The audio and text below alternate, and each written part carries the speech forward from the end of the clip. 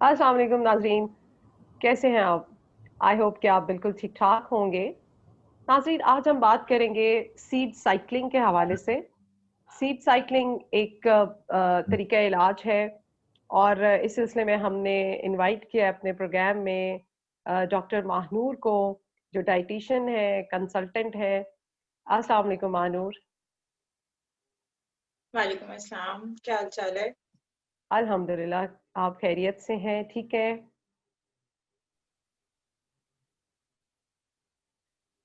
ठीक है।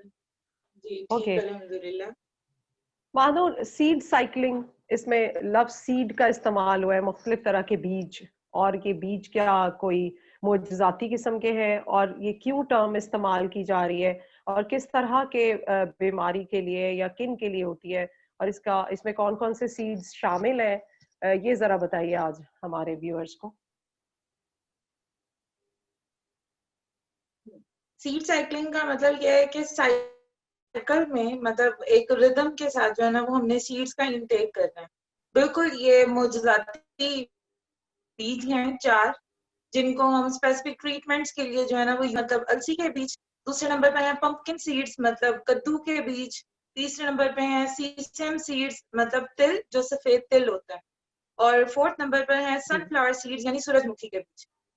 साइक्लिंग का मतलब ये है कि एक प्रॉपर मतलब तरतीब के साथ जो है ना वो हमने इनको देना होता है। खाने की प्रॉपर्टीज हैं जो कि बॉडी में जाकर जो है ना वो रोल प्ले कर रहे होते हैं। बेसिक इसको देने का पर्पज होता है हार्मोनल बैलेंस। वो फीमेल्स ओके। जिनको हार्मोनल इम्बैलेंसेस का इशू आ रहा होता है, किसी किस्म का भी इम्बैलेंस, मेजर फीमेल्स में मेंस्ट्रुअल इरेगुलरिटीज आ जाती हैं due to the hormonal imbalance, मतलब एस्ट्रोजन और प्रोजेस्टेरॉन। ये दो हार्मोन्स होते हैं, अगर ये इम्बैलेंस हो जाते हैं बॉडी में तो फिर डिफरेंट तरह की एक्सेसिव वाले होते हैं, पीसीओएस मतलब पॉलीसिस्टिक ओवरी सिंड्रोम का इशू आ जाता है। या बाज़ दफा ये होता है कि फीमेल्स को कंसीव करने में प्रॉब्लम आ रही होती है क्योंकि उनकी बॉडी में एस्ट्रोजन और प्रोजेस्टेरॉन प्रॉपर अमाउंट में रिलीज नहीं हो रहे होते, उनकी सिक्रीशन नहीं हो रही होती।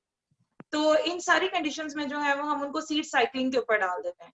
बिकॉज जैसा कि लास्ट ओके। टाइम भी बात हुई थी तो मैंने ये बताया था कि मेडिकल साइंस के पास करंट मतलब इस टाइम तक कोई भी ऐसा रिसर्च नहीं है कि इसका प्रॉपर ट्रीटमेंट जो है वो हम कर सकें मतलब मेडिसिन के थ्रू।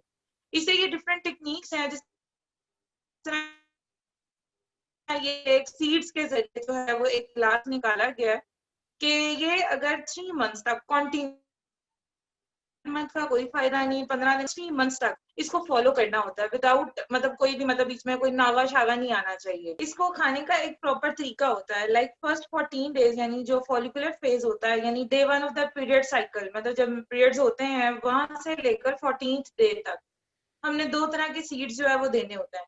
एक होता है फ्लेक्स सीड्स मतलब अलसी के बीज, और एक होता है पंपकिन सीड्स यानी कद्दू के बीज। इसको खाने का भी यही तरीका होता है कि सुबह टाइम आप फ्लेक्स सीड्स ले लें 1 चम्मच, और शाम के टाइम जो है वो आप कद्दू के बीज यानी पंपकिन सीड्स ले लें। ये 14th डे तक है। नेक्स्ट 14 से 28 या 30 डेज तक मतलब जो नेक्स्ट साइकिल होगा जिसको हम ल्यूटियर फेज कहते हैं, उसमें हमने बाकी दो तरह के सीड्स देने होते हैं। एक सीसम सीड्स मतलब सफेद तिल, और एक सनफ्लावर सीड्स यानी सूरजमुखी के बीज जो होते हैं। जब ये 14th डेज का जो है वो कंप्लीट हो जाता है तो उतनी देर में हार्मोन्स बैलेंस हो चुके हुए होते हैं। फिर day 1 of the menstrual cycle मतलब फिर पीरियड्स का डे आ जाता है और फिर दोबारा से इस तरह ये साइकिल चलता रहता है। और ये साइकिल एटलीस्ट जिस तरह मैंने पहले भी बताया 3 मंथ्स तक कंटिन्यू रखना होता है ताकि बॉडी में जो हार्मोन्स है ना वो कम्प्लीटली बैलेंस हो जाए। स्टार्टिंग में ये कहा ओके। जाता है कि जब आप खाना स्टार्ट करते हैं तो 1 टीस्पून से आप स्टार्ट करें। मतलब मैंने कहा क्वांटिटी भी बता दूं कि किस तरह से चलना है। 1 टीस्पून से जो है वो हम स्टार्ट करवाते हैं। फर्स्ट मंथ में आप जिस तरह मैंने तरतीब बताई है 1 टीस्पून ले लें। सेकेंड मंथ में जो है ना वो 1 टेबल स्पून पर चले जाएं, क्योंकि अगर हम ठीक। स्टार्टिंग में 1 टेबल स्पून दे देते हैं तो कुछ को अडॉप्ट नहीं हो रहा होता, कुछ कहते हैं जी गर्मी हो गई है और इस तरह से सारा। तो फर्स्ट मंथ जो है वो 1 टीस्पून ले लें और फिर सेकेंड और थर्ड मंथ जो है ना वो 1 टेबल स्पून क्वांटिटी कर लें और इसको यूज करें। ओके। अच्छा, तो अब जब ये ट्रीटमेंट चल रहा होता है सीड्स का पेशेंट के साथ आपका, तो आप किस तरह की फूड उनको रेकमेंड करते हैं कि वो किस तरह की खुराक लें, ताकि वो इस ट्रीटमेंट को सपोर्ट करें या इसके लिए वो फायदेमंद हो?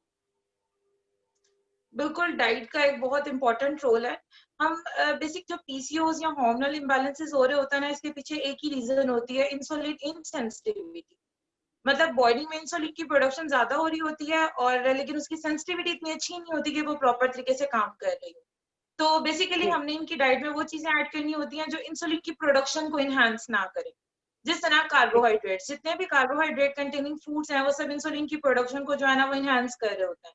हम for the period of time इनका जो कार्बोहाइड्रेट इनटेक है वो कम कर देते हैं। कम इन द सेंस ठीक। के मतलब अगर दिन में 3 रोटियां जा रही हैं तो हम उनको कहते हैं कि आप एक पर शिफ्ट हो जाएं। अगर वो ओके। होल व्हीट की रोटी खा रहे हैं, मतलब गंदुम के आटे की रोटी ले रहे हैं, तो हम कभी कह देते हैं कि आप जो है वो बेसन की रोटी ले लें, या फिर मकई के आटे की रोटी ले लें, जौ के आटे की रोटी ले लें। मतलब व्हीट को शिफ्ट कर दें ना, ग्लूटेन को मतलब एक तरह से स्किप कर दें। स्किप मतलब प्रॉपर स्किप नहीं, लेकिन थोड़ा सा कम कर दें, क्योंकि मेन टारगेट होता है कि इंसुलिन की प्रोडक्शन एनहांस ना हो रही हो। और ज्यादा ओके। खाने के लिए हम इनको कहते हैं कि कलरफुल वेजिटेबल्स खाएं, फ्रूट्स ज्यादा लें, जूसेस की तरफ ना जाएं, लेकिन जो होल फ्रूट्स हैं वो लें। इसके अलावा जो सीड्स होते हैं, मतलब जिस तरह बेसल सीड्स हैं, तुख्म लंगा है, ये चीज बहुत अच्छी है और ये भी हार्मोन्स को बैलेंस कर रही होती है, वो चीज लें। फिर गर्म पानी का इस्तेमाल करें, ठंडा पानी बिल्कुल अवॉइड करते हैं। और द मोस्ट इम्पॉर्टेंट थिंग जो है वो खाने के साथ पानी ना पिए। खाने से ठीक। तकरीबन आधा घंटा पहले पी लें और खाने के 1 घंटे के बाद पानी लें, ताकि प्रॉपर फूड की डाइजेशन हो जाए, न्यूट्रिएंट्स जो है वो कम्प्लीटली अब्जॉर्ब हो जाए। और एक मेन चीज जो मैं कहती हूँ कि डाइट में ऐड करें, ऑलमंड्स और वॉलनट्स, मतलब अखरोट और बादाम। कम से कम 6 से 7 बादाम एक दिन में और 1-2 अखरोट, वो डेली बेसिस पर डाइट का हिस्सा बनाएं। अब आगे जिस तरह विंटर्स आ गए हैं, लोग पीनट्स की तरफ बढ़ा जाते हैं, मूंगफली, तो वो भी हम कहते हैं कि मतलब हैंडफुल, मतलब एक फिस्ट जो है वो आप ले सकते हो, क्योंकि ये इसेंशियल फैट्स हैं और ये भी जो है वो हार्मोन्स को बैलेंस करने में अपना बहुत इंपॉर्टेंट रोल प्ले कर रहे होते हैं। ठीक है। अच्छा, वो एक बड़ा इंटरेस्टिंग क्वेश्चन मेरे ज़हन में आ रहा था कि ये तो जिनको हार्मोनल इश्यू है या साइकिल में प्रॉब्लम है जिन लोगों के साथ, जैसे हमने पीसीओएस का पहले प्रोग्राम किया उसमें भी आपने मेंशन किया, ये क्या एक आम खातून भी ले सकती है, एक आम बंदी भी ले सकती है जिसको कोई प्रॉब्लम नहीं है? ये जो सीड्स आप कह रहे हैं। मतलब इन बेसिक मतलब जो सीड्स हैं उनको देने का मकसद ये है कि हार्मोन्स बैलेंस हो जाए। अगर तो एक जी जी। फीमेल बिल्कुल हेल्दी है तो उसको क्या जरूरत है इस तरह के पंगों में डलने की। यही है हाँ, कि नहीं वो नहीं। अपनी डाइट को ही इतना अच्छा रेगुलर कर ले कि वो मतलब इस तरह ना जाए। क्योंकि जो फर्स्ट 14 डेज वाले जो मैंने सीड्स बताए ना, वो एस्ट्रोजन रिच होते हैं, वो बॉडी में एस्ट्रोजन ठीक। के लेवल को बैलेंस कर रहे होते हैं।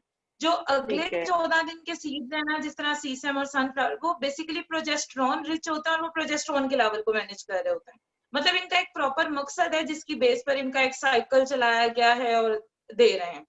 अच्छा, ठीक जब है। भी मैं सीड साइक्लिंग की बात करती हूँ ना, तो बहुत ज्यादा क्वेश्चन ये रेज होता है क्योंकि डिफरेंट फीमेल्स के साथ डिफरेंट इश्यूज हो रहे होते हैं।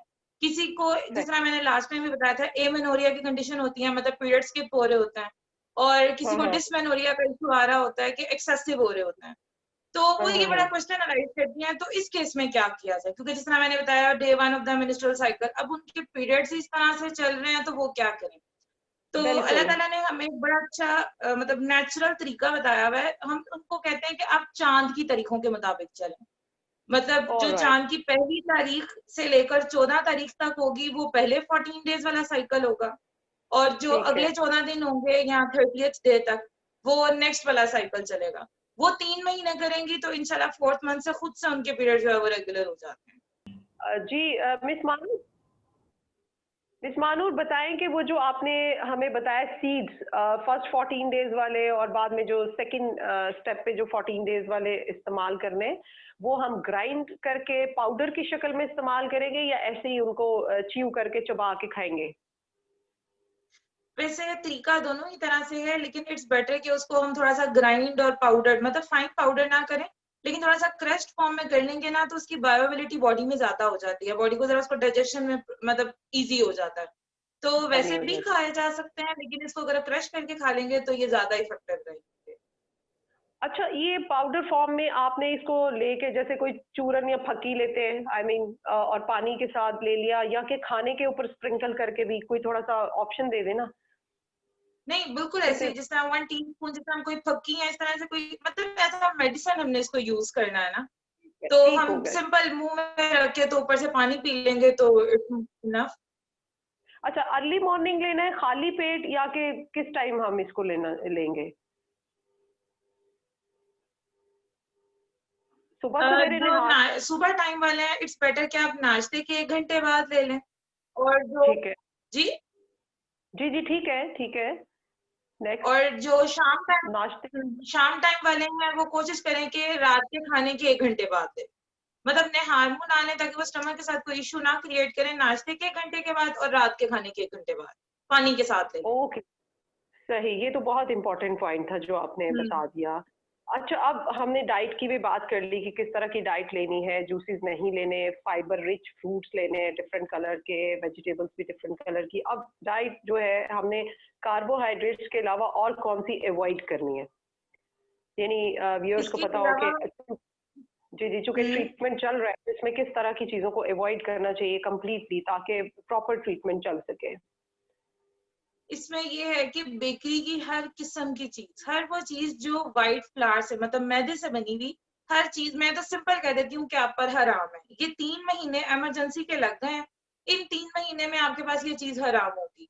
बेकरी के दरवाजे से निकली हुई हर चीज हराम। इवन मैं तो ब्राउन ब्रेड खाने के लिए भी मना कर देती हूँ, क्योंकि ब्राउन ब्रेड भी तो फर्मेंटेड प्रोडक्ट ही है ना, उसमें भी तो यीस्ट का यूज हुआ हुआ है और उसको मतलब कार्बन डाइऑक्साइड और वो सब उसका चल रहा होता है। तो बेटर सही। ये है कि घर की नेचुरल चीजें खाई जाए, घर की रोटी खाई जाए। मतलब प्रॉपर ना रोटी खाएं, मतलब जो हमारे तवे की मतलब पूरे साइज की होती है, 6 इंच की जो रोटी होती है, जो सीडी साइज होती है, वो आप ले हम्म। लें, बेशक दिन में 2 टाइम ले लें। इसके अलावा दही का इस्तेमाल बहुत ज्यादा करें। इस तरह से मैं कहती हूँ प्रोसेस्ड फूड्स और वाइट शुगर, कोल्ड ड्रिंक्स वगैरह, जो बाजार के जूसेस आते हैं टेट्रा पैक वाले, ये सब चीजें खत्म। मतलब इन शॉर्ट अगर मैं छोटे से अल्फाज में कहूँ, कोई बेकरी के दरवाजे से निकली हुई हर चीज बंद है आपके ऊपर, क्योंकि आप एक ट्रीटमेंट चला रहे हो। जो फीमेल, मैंने बहुत सी फीमेल्स देखी हैं जो प्रॉपर 3 महीने का कोर्स करती है ना, 4th मंथ में जो है वो बिल्कुल ठीक होती है। उनका वेट भी ग्रेट। लूज हुआ हुआ होता है, उनकी इंसुलिन रेजिस्टेंस भी कम हुई हुई होती है, और उनके पीरियड्स भी स्टेबल हो जाते हैं। बल्कि मैं यहाँ पे मेंशन करना चाहूंगी कि ये जो मेडिसिन वगैरह गायनोकोलॉजिस्ट रेफर कर रही होती हैं, या इस तरह से मतलब देनी पड़ती है, जरूरत पड़ती है। किसी भी फीमेल ने आज तक मुझे आके ये नहीं बताया कि मैंने 2 महीने या 3 महीने मेडिसिन खाई थी, मतलब डिफरेंट मेडिसिन जो होती हैं, तो मैं बिल्कुल ठीक हो गई। लेकिन हाँ, जो सीड साइकिलिंग के बाद 3 महीने के बाद आती हैं, वो आकर मुझे बता रही होती हैं कि मैं बिल्कुल ठीक हो गई हूँ, अब मेरा रेगुलर चल रहा है, सीरियसली। अच्छा। इसलिए मुझे अच्छा। जो है ना वो सीड साइकिलिंग के ऊपर ज्यादा एतबार है एज कम्पेयर टू जो मेडिसिन वगैरह जो है वो देते हैं। सही, इसका मतलब है कि आपके पेशेंट्स का जो फीडबैक है वो बहुत अच्छा है सीड साइकिलिंग के हवाले से, तो इस ट्रीटमेंट को वो फॉलो बहुत करना चाहिए। पॉजिटिव है। सही। और ये किसी भी बिल्कुल। एज के ग्रुप की जो बच्चियां लेकिन हैं, फिर जी जी, किसी भी एज ग्रुप की जो खवातीन है वो आपके पास आ सकती हैं, यानी बाज अर्ली एजेस में बच्चों को इस तरह की फीमेल को प्रॉब्लम हो जाते हैं, मैरिड अनमैरिड, कोई भी इस ट्रीटमेंट को जब प्रॉब्लम में है तो फॉलो कर सकता है। बिल्कुल, इसका कोई साइड इफेक्ट नहीं है, इसके सिर्फ बेनिफिट्स ही हमें मिल रहे होते हैं। इसका कोई ऐसा साइड इफेक्ट अभी तक मेरे सामने नहीं आया। ये है कि ये हर एज ग्रुप के, अगर 14 इयर्स की कोई फीमेल है उसके साथ ये मसला है, या 16 इयर्स की, 18 इयर्स की, आफ्टर 20 भी कोई आ रही होती है ना, तो वो एक तरह जब मेरे पास आती है ना, वो सारे मतलब हर्बे इस्तेमाल कर चुकी हुई होती हैं, हर तरह की मेडिसिन खाकर ना फिर थक हार कर आ रही होती हैं। तो अल्हम्दुलिल्लाह जब ये उनको ट्रीटमेंट स्टार्ट कराया जाता है अलोंग विद डाइट, मतलब प्रॉपर डाइट चार्ट के साथ, अगर ये सीड साइकिलिंग पर उनको लेके जाया जाता है ना, तो फिर विद इन 3 मंथ्स जो है ना उनकी ये कंडीशन ऑटोमेटिकली क्योर हो जाती है, और वो खुद बड़ी मतलब खुश होती हैं कि इतने मतलब वक्त डाले हुए थे और अब ये आया, हमें पहले पता होता तो शायद पहले ही इसके ऊपर फॉलो कर लेते, क्योंकि ये एक तरह का बिल्कुल। हर्बल ट्रीटमेंट टाइप है ना, इसका कोई साइड इफेक्ट नहीं है, नेचुरल है हर चीज। हम्म। ये तो बहुत अच्छी बात है। थैंक यू मानूर, आपने हमारे लिए कीमती वक्त निकाला, और आज का वाकई बहुत इंफॉर्मेटिव है। और खवातीन को ये प्रॉब्लम तो है, पीसीओएस का प्रॉब्लम है, and they are suffering, gynaecologist के बिल्कुल। पास जा रही हैं, महंगी से महंगी अद्वियात ले रही हैं, फिर भी इलाज जो है वो उनका प्रॉपर नहीं, उनको फर्क नहीं पड़ नहीं रहा। हो बहुत शुक्रिया। रहा। बहुत शुक्रिया। You're welcome. मैं यहाँ पर एक बात मेंशन करना चाहूंगी कि जी जी। सीड साइकिलिंग खुद से स्टार्ट ना करें, क्योंकि इस तरह की ओके। जो फीमेल्स होती है ना जिनमें हार्मोनल इम्बैलेंसेस आ रहे होते हैं, उनमें बहुत ज्यादा माइक्रो न्यूट्रिएंट डेफिशिएंसीज आ रही होती हैं, कैल्शियम विटामिन डी बहुत लो अमाउंट में उनकी बॉडी में प्रेजेंट होता है। तो सही। प्रॉपर डाइट के साथ अगर सीड साइकिलिंग पर जाएंगी तो फिर ये इफेक्टिव होगी। अगर आप वही मतलब जंक फूड और इस तरह से खा रही हैं और सीड साइकिलिंग कर रही हैं तो फिर ये इतना इफेक्टिव नहीं होगा। प्रॉपर डाइट ठीक। चार्ट के अकॉर्डिंग चलें, और ताकि क्योंकि आप डाइटिशियन के पास जाएंगे उसको पता है कि कौन सा न्यूट्रिएंट किस तरीके से जाना चाहिए इस टाइम अंदर। तो यूटिलाइज प्रॉपर करना। डाइट प्लान लें और फिर सीड साइकिलिंग के ऊपर आए, इंशाल्लाह within 3 months it's guaranteed कि ये इशू रिजॉल्व हो जाता है। इंशाल्लाह ताला। ग्रेट। ओके जी, थैंक यू सो मच। जी नाजरीन, आज का प्रोग्राम सीड साइकिलिंग पे था। इट इज़ वेरी इंपॉर्टेंट, और अगर डाइट अच्छी और मुनासिब लेके और सीड साइकिलिंग का ट्रीटमेंट लेके अगर आपका मसला हल हो सकता है तो इससे बढ़ के और क्या चाहिए। मुझे कमेंट बॉक्स में ज़रूर बताइएगा कि आज का प्रोग्राम आपको कैसा लगा। मुझे इंतज़ार रहेगा। मिलते हैं एक नए प्रोग्राम के साथ, तब तक के लिए अल्लाह हाफिज़।